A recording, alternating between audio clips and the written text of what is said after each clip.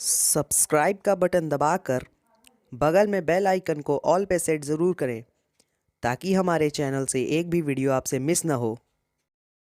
जय श्री लक्ष्मी नारायण की जय। बाबा विश्वनाथ। वैशाख मास की शुक्ल पक्ष की मोहिनी एकादशी व्रत कथा।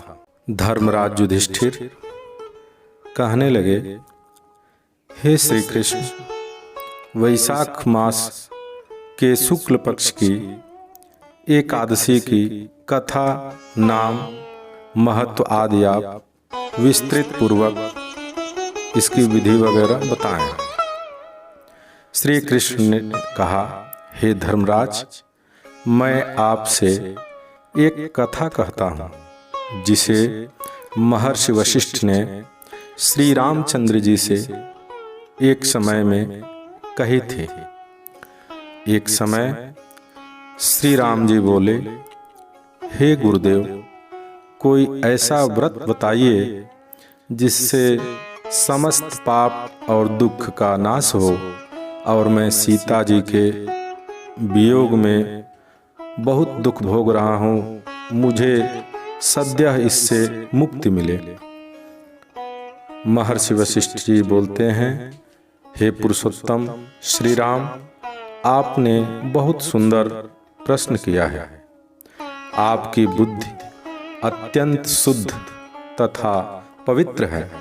यद्यपि आपका नाम स्मरण करने से ही मनुष्य मात्र पवित्र और शुद्ध हो जाता है, तो भी हम लोक हित में यह अच्छा प्रश्न है, इसका उत्तर अवश्य देंगे।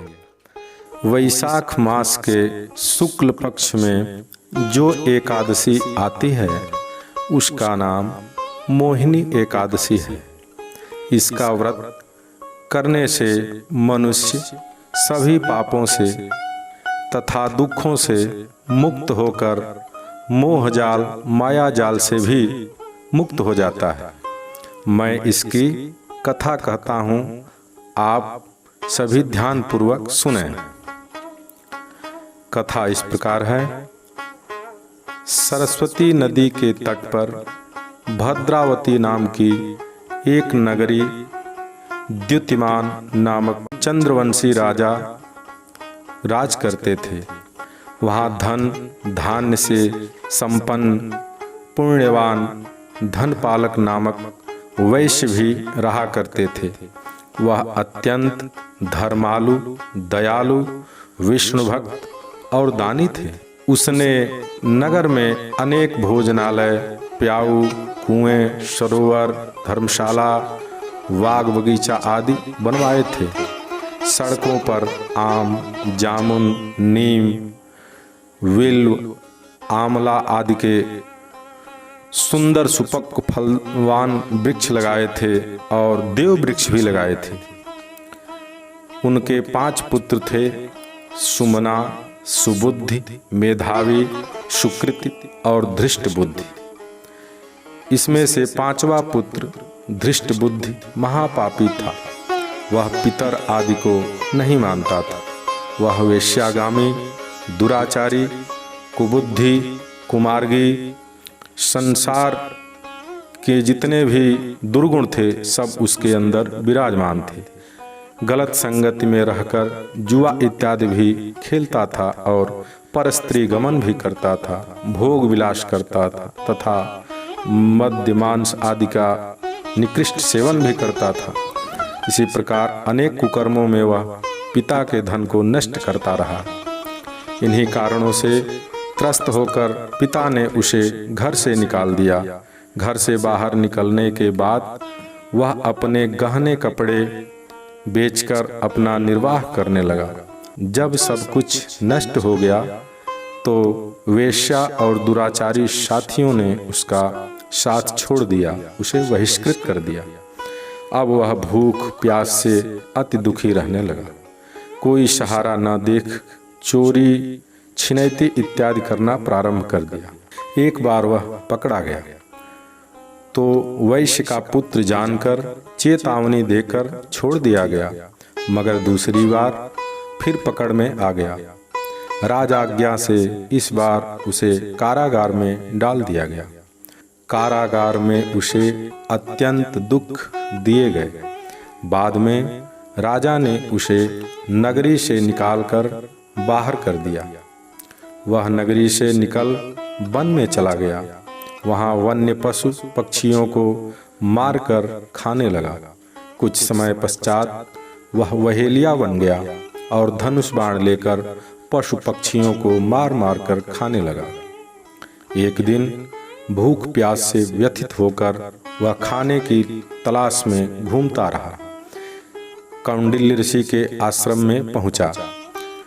उस समय वैशाख मास था और ऋषि गंगा स्नान कर आ रहे थे।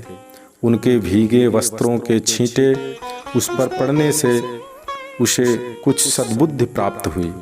वह कौंडिल्य मुनि से हाथ जोड़कर कहने लगा कि हे मुने, मैंने जीवन में बहुत पाप किए हैं।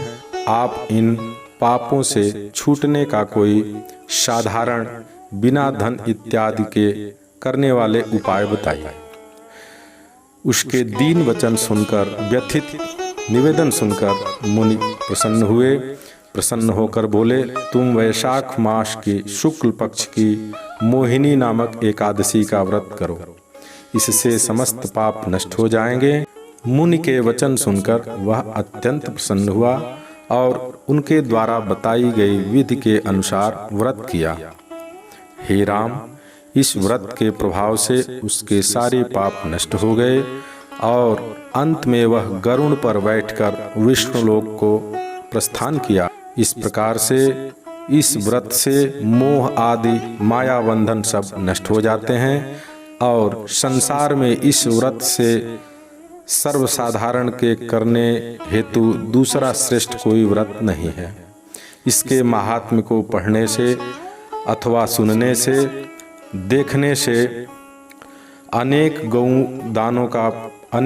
दान का फल प्राप्त होता है। अतः जिस प्रकार से उस व्यक्ति का कष्ट तकलीफ और दुर्दिन दूर हुआ, उसी तरह से इस मोहिनी एकादशी के व्रत कथा सुनने वाले व्रतियों का भगवान सभी प्रकार से कष्ट तकलीफ दूर, अमंगल दूर करें और सब प्रकार से धन धान्य समृद्धि सुख शांति और भगवान चरणारविंद प्रदान करें। अपने शरण में उन लोगों को आश्रय दें, सब प्रकार से मंगल कल्याण करें। ऐसी प्रभु के चरणों में प्रार्थना वंदना। जय श्री लक्ष्मी नारायण।